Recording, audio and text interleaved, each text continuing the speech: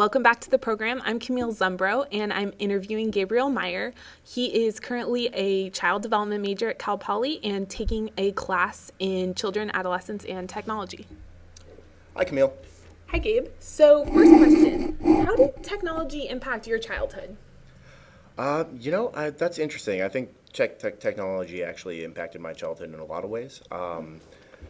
I'm 24 years old, so I'm a little bit older than what I think would be considered digital natives in the way we describe them today. But I remember my dad I remember dial-up internet connections and like getting those AOL CDs in the mail and being exposed to different video games. I remember having Sonic the Hedgehog on our Sega Genesis and those video games being something that was really salient for me, really really important to a lot of aspects of my childhood. Like I remember, my little brother, he's high functioning autistic, and he really had, and it's only now that we're both a lot older. He's now 21 years old. That we've been able to have conversations about how much that meant to him too, because he really formed and children on the autism spectrum tend to have those really intense interest areas, and his interest was in those video games, specifically with Sonic the Hedgehog and things like that. And those experiences playing that game with him actually were really like important kind of bonding, and it allowed us to kind of bridge some of the gap that I think may have otherwise been there had we not had that medium to kind of engage with each other with. So, how did your parents' attitudes towards technology impact your experiences with technology as a child? So you already kind of talked about how technology impacted your relationship with your brother. How did your parents' attitudes towards technology impact? Well, we make fun of my mom a little bit because we always feel that anything more complicated than the microwave she can't really deal with. But in all honesty, she definitely never discouraged technology use, and I can say with confidence that my dad absolutely encouraged technology use and exposing me to different things. Showing me video games, showing me cool things that the computer can do in terms of finding information. I remember when I had projects and stuff like that, he was the one who kind of initiated me into how to use.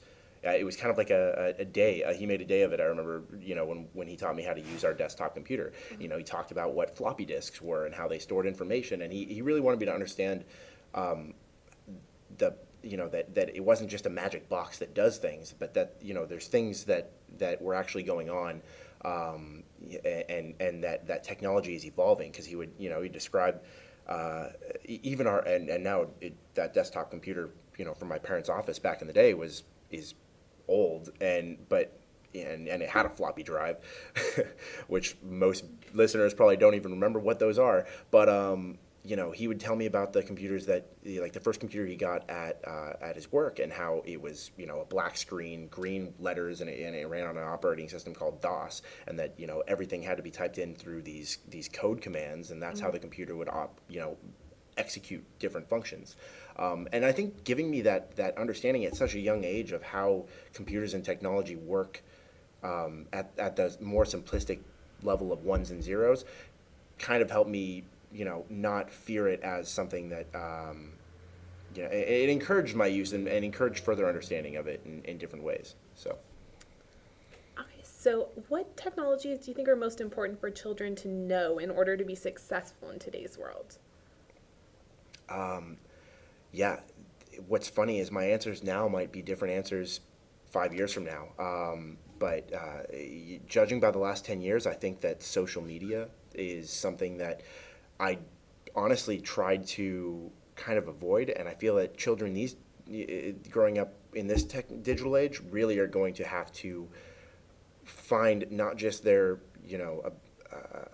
abilities to develop socially in real life, but also to be able to develop social relationships in these digital environments, because they're going to have important implications for future jobs and the way in which that we're sharing information with each other right now, and so these skills that they're actually learning through social media use in a lot of ways could have dramatic implications for the types of job offerings they have later in life and the things that they have to do for advertising or the way in which we just kind of communicate as a society. It's just changing in that way. So I feel that social media component is something that children are definitely going to have to be fluent with, but just in general, they're going to have to be fluent with technology and accessing information and knowing,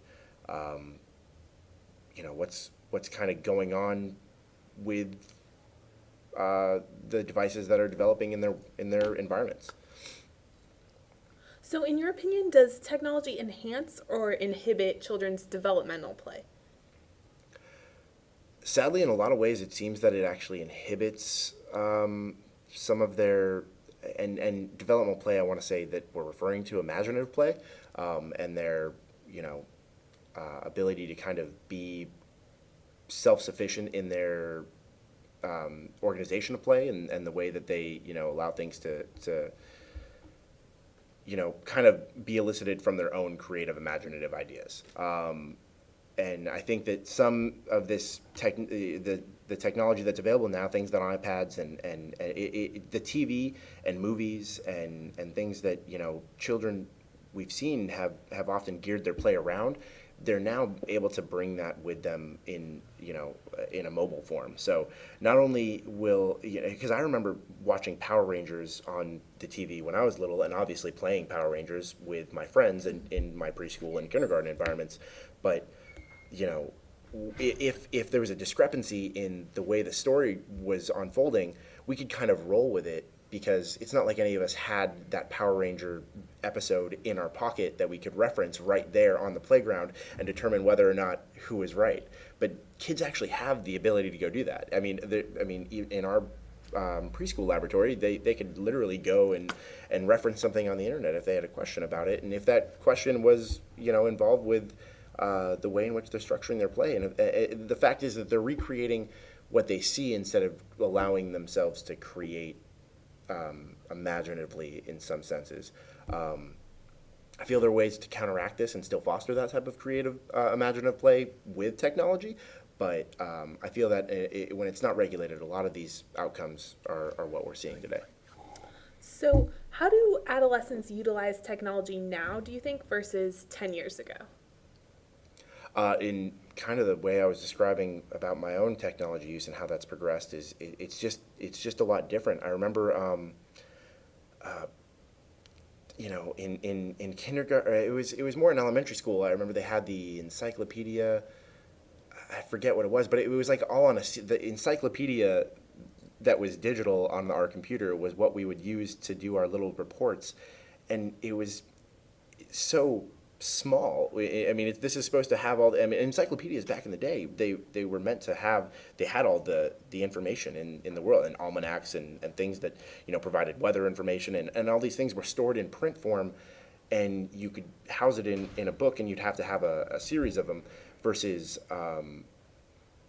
today we have the internet, and all of that is just online, and it's just exponentially increasing in the amount of information that we have at our disposal. And I just remember that was the information that we used to write I remember doing a report on Columbus, I think. And this was on this digital version of a encyclopedia that was on a CD-ROM, essentially. And just the variability in what I can get now versus what I can get then is so different, and I don't doubt that's the case for adolescents 10 years ago and now. They just have an increasingly more developed exposure to information and the ways in which they can access it. Well, thanks for sharing your opinions with us. We're out of time, so can't ask any more questions, but thanks for sharing your child development knowledge Thanks about for having me. technology.